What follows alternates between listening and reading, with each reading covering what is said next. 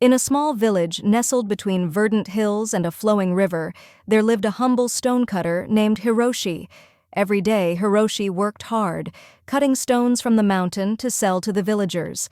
Despite his hard work, he was always discontented with his lot in life.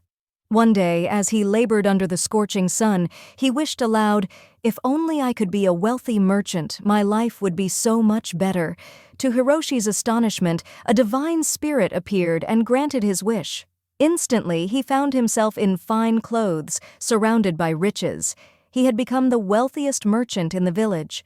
For a while, Hiroshi enjoyed his new life, basking in luxury and power. However, one hot afternoon, as he watched the prince being carried through the streets in a grand palanquin, Hiroshi felt a pang of envy.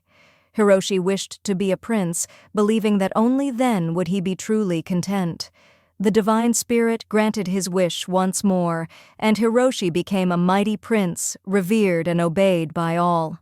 He enjoyed his new status until one day, as he stood on his palace balcony, he felt the sun's relentless heat. It was then he realized that the sun was mightier than he. Desiring to be the most powerful entity, Hiroshi wished to become the sun. His wish was granted, and he found himself shining down upon the earth, proud of his immense power. But as he scorched the land, a dark cloud moved in front of him, blocking his rays. Frustrated, Hiroshi wished to be the cloud, thinking it was stronger than the sun. Transformed into a massive cloud, Hiroshi took delight in blocking the sun and bringing rain to the earth. He reveled in his newfound power until he felt the wind push him across the sky. Realizing the wind's greater strength, he wished to become the wind.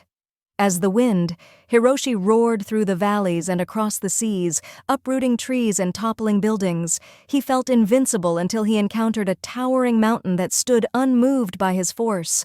Enraged, he wished to become the mountain, believing it to be the ultimate symbol of power.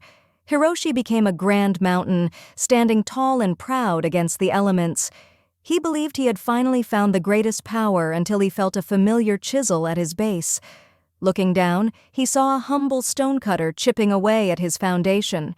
Despite all his transformations, the stonecutter's work continued unabated. Realizing that true power lay not in wealth or status, but in being content with one's place in life, Hiroshi wished to be himself again. The divine spirit granted his final wish, and Hiroshi returned to his life as